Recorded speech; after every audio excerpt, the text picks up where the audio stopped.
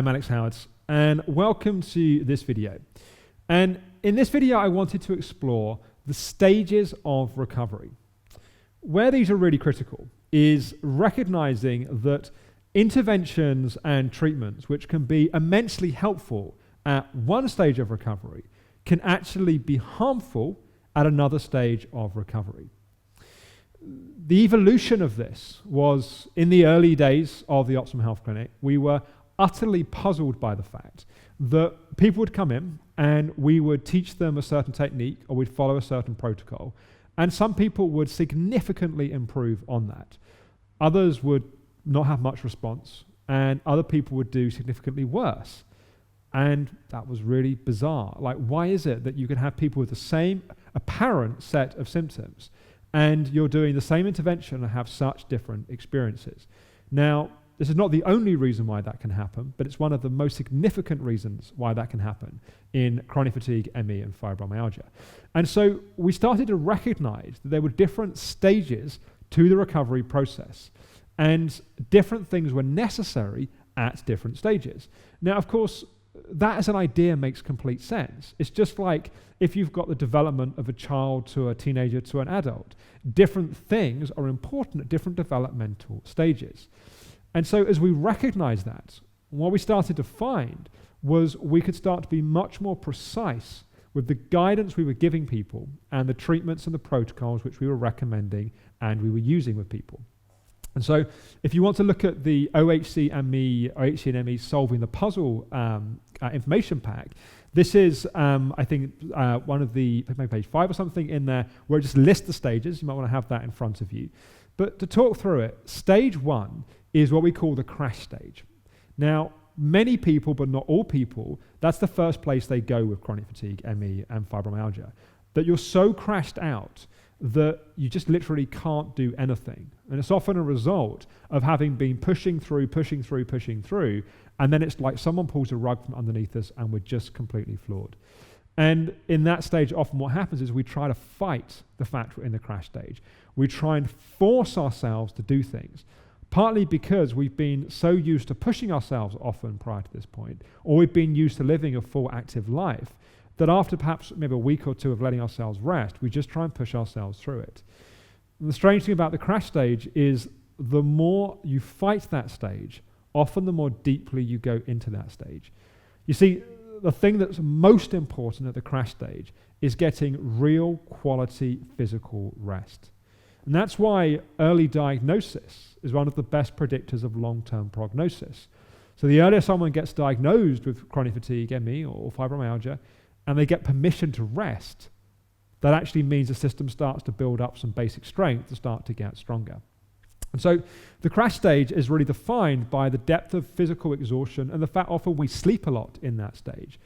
The interesting thing is when we transition from stage 1, the crash stage, to stage 2, the tired and wired stage, is for some people, they find they go from sleeping a lot to not being able to sleep, but still feeling completely exhausted. It's like we go from being deeply tired to being tired and wired. It's almost like our energy maybe has started coming back, but the energy is all going to our nervous system. So we can have that feeling of being completely and utterly depleted, drained, and exhausted, but we're also overstimulated and we can't rest, and we're trying to be kind of restful and we're not, and we're trying to sleep and we're kind of awake, and then it gets to the morning, we fall asleep, and it's not true for everyone, but for many people, their whole body system gets thrown off. One of the key characteristics of the tired and wired stage is that sense of being irritable and overstimulated in our nervous system. And sometimes we don't even recognize that that's the stage that we're in. People will say to us, I'm not anxious, but actually the whole system is so overstimulated. It's almost like if you put a frog in a glass of boiling water, it would jump out. You put a frog in a glass of cold water and you gradually heat it up, it'll stay in there and boil. Not an experiment I'm recommending that you do, but the point is that we normalize to what's there. We can get so used to being in a tired and wired state, we don't even recognize that's the state that we're in. Then we have the reintegration stage, and the reintegration stage is where the tired and wired started to calm down. We've got some real energy, but then we feel relatively like we're in a healing state and we're recovering well when we're at rest.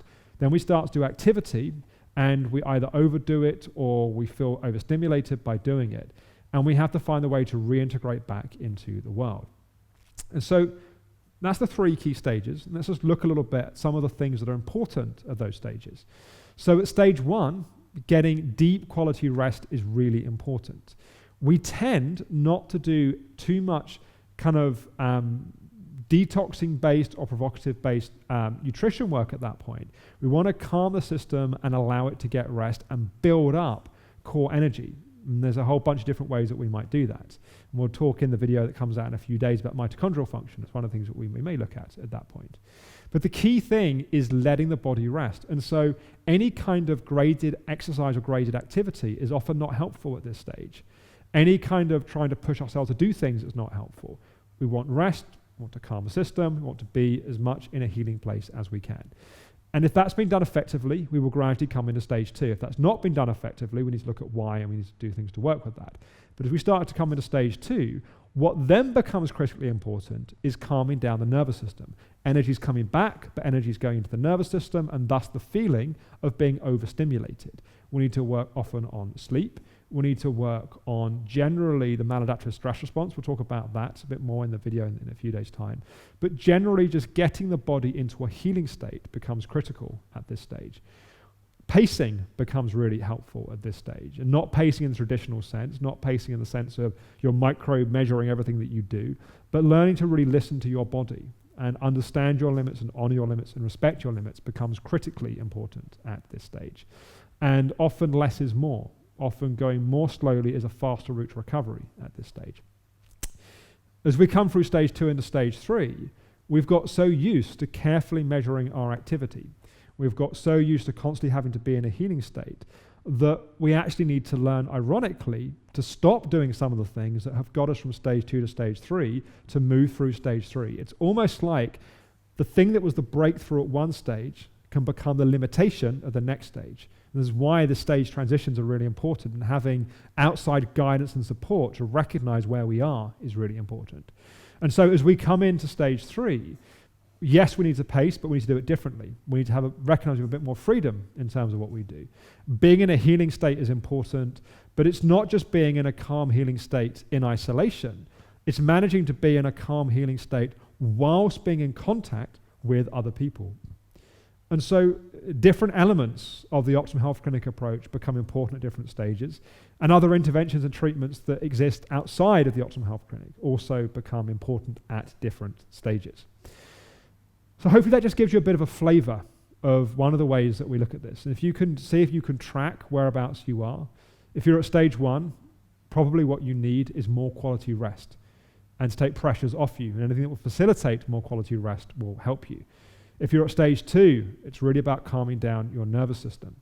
If you're at stage 3, it's learning how to manage activity in such a way that you are building up your capacity, but not doing it in a way that you're pushing yourself.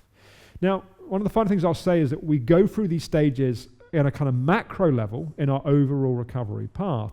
But if we have any mini relapses or significant relapses, we cycle back through these stages. So we can be going through these stages over a number of months or even several years, but we can also be going through these stages over the period of a week, for example. If we crash, we go into stage 1 for a few days, stage 2 for a few days, and then stage 3 for a few days. So again, understanding where we are and understanding if we're in stage 1, we need to just leave ourselves alone, let ourselves rest and support getting into that state. Just different if we're in stage 2 or stage 3, for example. So hopefully that's been useful and been helpful. There's a lot more we obviously can do with this. And from a practitioner perspective, a big part of what we do is help track where you are and then tailor the way that we work and coach you to work with where you are. If you want to find out more about the Optimum Health Clinic and how we might be able to help you on your path to recovery, the best thing to do is to book a free 15-minute chat. One of our new patient coordinators will be able to gather some information from you, things that you've tried that have worked, things that haven't worked, your history with chronic fatigue, fibromyalgia or ME, and they will then explain a little bit about how we might be able to help you. They'll then set up a free 15-minute chat with one of our psychology and or nutrition practitioners, and they'll answer your questions, again, explain how we might be able to help. There's absolutely no pressure to make any decisions. There's no sales involved in the process. It's simply a case of helping us mutually decide, do we think we can help support you?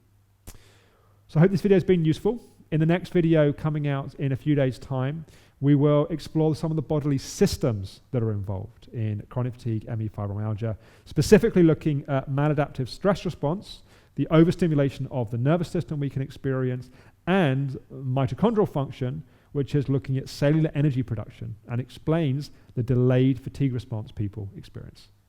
Thanks for watching.